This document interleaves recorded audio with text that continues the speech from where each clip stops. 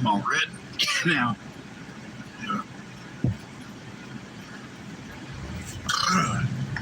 Oh boy.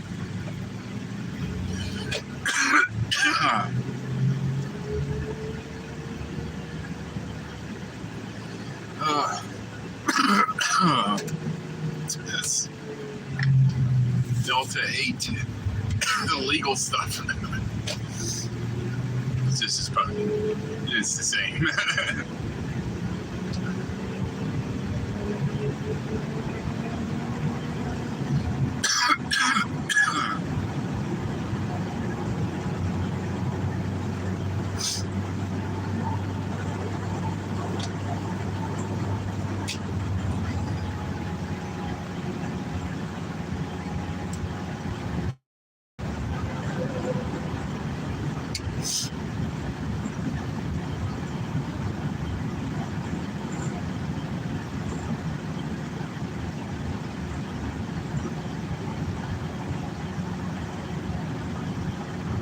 Chat is open.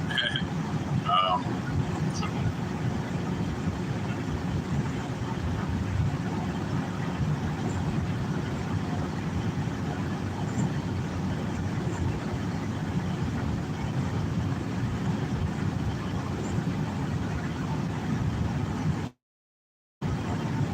And Pooh Girl Sid, whoever is that account, whether it's actually Sydney or some imposter, I'm not real sure, but like I said, the comments are open, so I'm not going to be on that long. I'm driving to the other plant and the sort parts there, so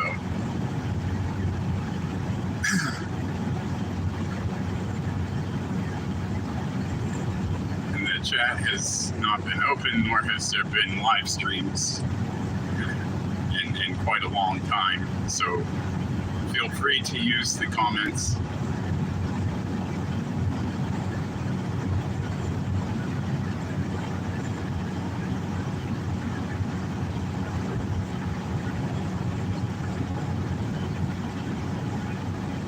I am open to the possibility that this was some kind of renamed account.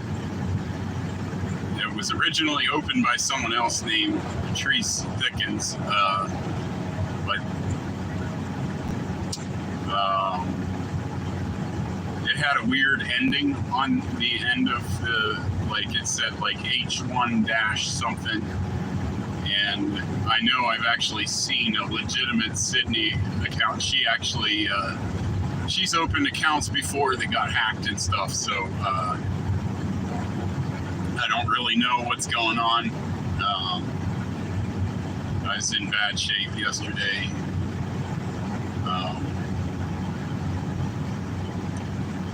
Yeah, I'm doing some important stuff, working on stuff. So, feeling a little bit better today.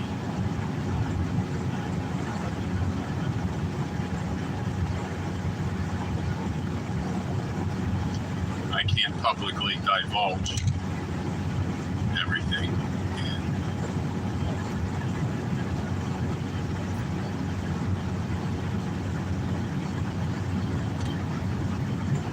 You see, you guys, like, when Sydney is, when she's logged into my channel, there's a lot that goes on behind closed doors, so to speak. And we have our ways of basically texting each other.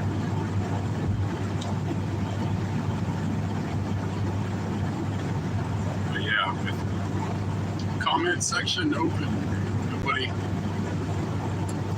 want to say hello.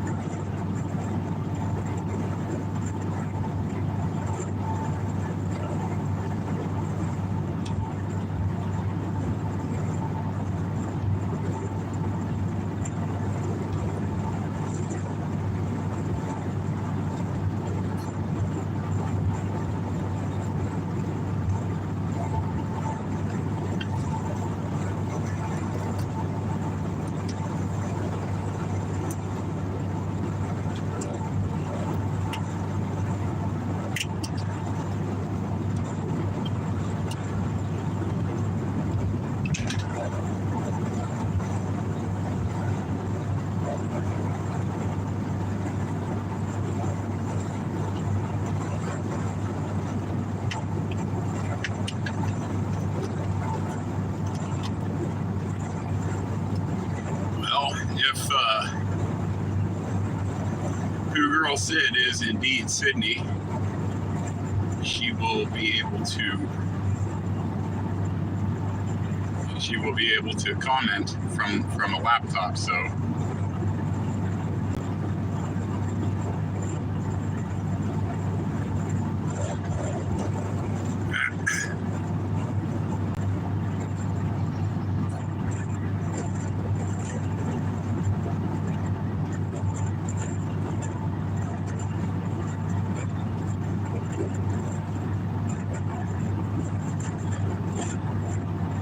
thank you for respecting the thumb up, visitor. I appreciate it. As Sydney is not logged in my account right now, so I can't really do a whole lot actually to know whether she's on or not. So there's a possibility that that like button that I got on that short that I made might actually be from Sydney, and then Who Girl Sid account might be fake. It's hard to say at this point. But her mother is either taking her on vacation somewhere or she's at her grandmother's. So if she was home, you better believe she'd be on with me and attentive to me every moment. That's why she is perfect to be my girlfriend, like my wife. Because I am very sensitive and require a lot of attention, and she does not make me feel abandoned, except when she's gone, and I panic when she doesn't tell me where she's going.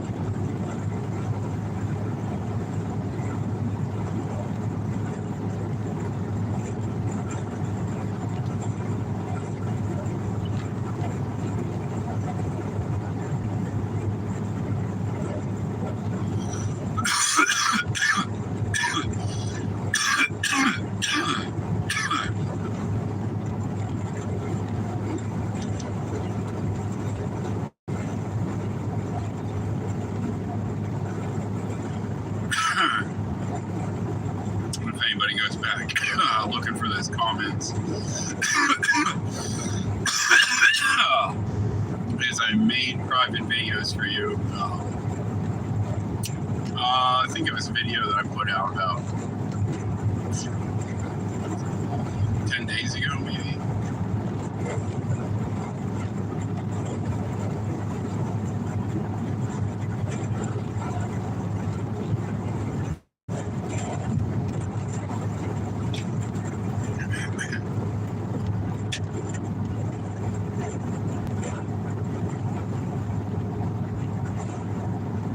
Here's the thing, whoever's watching, I mean, it's not a huge secret that Sydney always uses the term poo, like always. One of the reasons I'm thinking is a possibility it might be her. And also that she might have thought that I was being mean the morning before I flew over to England. I did hang up the live stream. I was shattered.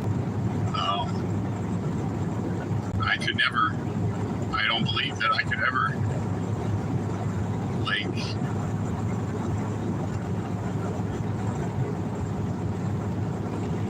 be mad for very long at Sydney. It's like no matter what she does, the kind of level of unconditional love that the two twin flame soulmates have is it's indescribable. It's the love is so intense that it's like it overwhelms you, makes you unstable. Yeah, trying to live with love like that is a challenge. Losing complete track of time and being lost in each other completely. These are all things that we did in FaceTime. It is good. Makes me a good storyteller, but yeah, Sydney and I FaceTime all the time back in the day. And I have not seen her beautiful face since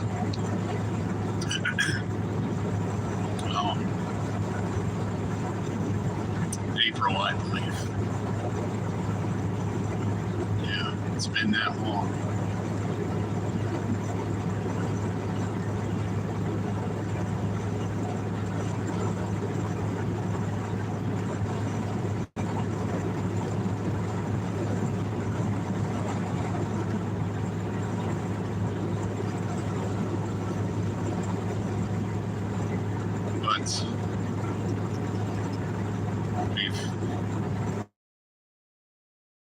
I commented in YouTube search engine because we're on the same channel, so we can see what each other types in there. As YouTube searches. I apologize if that's something you've heard a million times of how we talk to each other over the last so many months.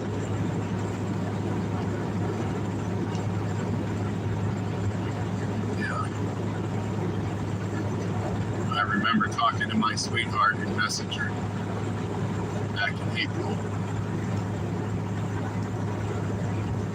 It was such a cute picture in the bathroom.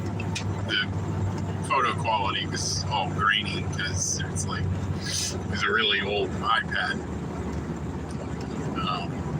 for that picture. But yeah, and then people were like, grainy, could it be Photoshop?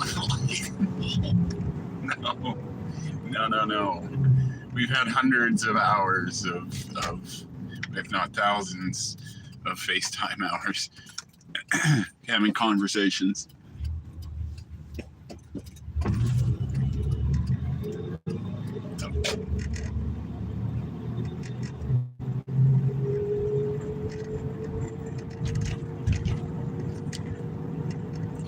But listen, whatever anybody comments or anything like that, I don't want anybody giving Sydney any trouble for standing me up in England, as I do not know the situation of how much her mother knew, the manipulation that she's been doing for such a long time, and trying to ground Sydney permanently in England.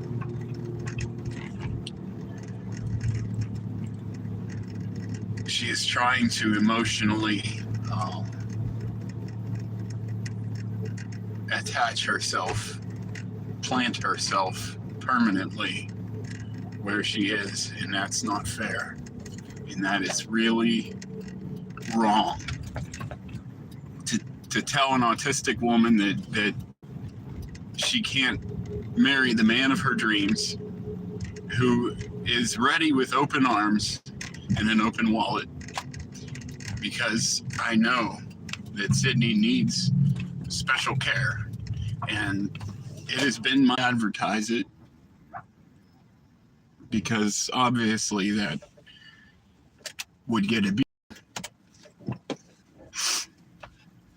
I met an autistic woman when I was in my 20s, and I realized how compatible I was with her, and it had nothing to do with the fetish, even though she did fart around me before, and not very much, but yeah, I'm not at all in love with her anymore. Like, that should have just been a sign to me. Hey, something is going on here. There's some kind of chemistry that you want to, like, you're like in love with this woman and want to take care of her. Like, and you feel like that would be like the best life that, I could ever imagine, and now there being so much more than that, what Sydney and I have. Michelle was nothing compared to Sydney. And I would say I liked her more than any other girl ever before Sydney. Like,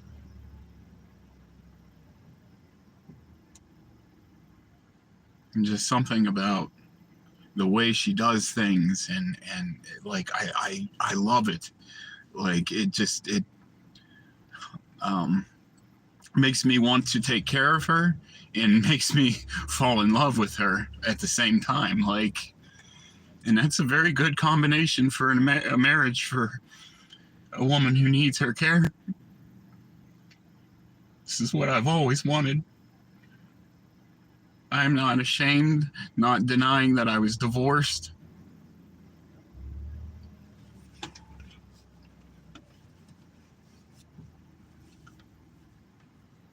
You know how complicated it was to figure my own self out, and I really discovered myself right before meeting Sydney, and that's what they talk about as far as, like, right before, or they call it the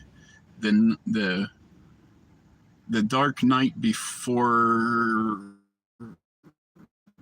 meeting or something. I can't remember, but what that was is a period of discovery right before, like, self-discovery, and then into the twin flame. Like, and that's exactly how it went, because I knew myself finally well enough to pray, to ask God for the right thing, like, of the only kind of woman that would ever fill my heart.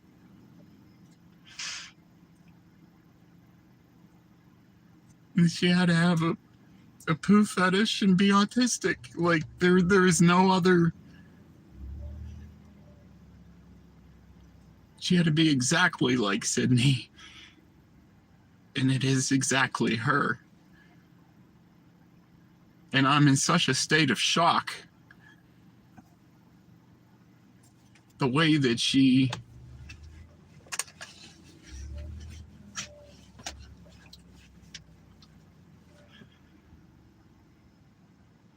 just offered herself to me as a perfect, like, absolutely perfect fit.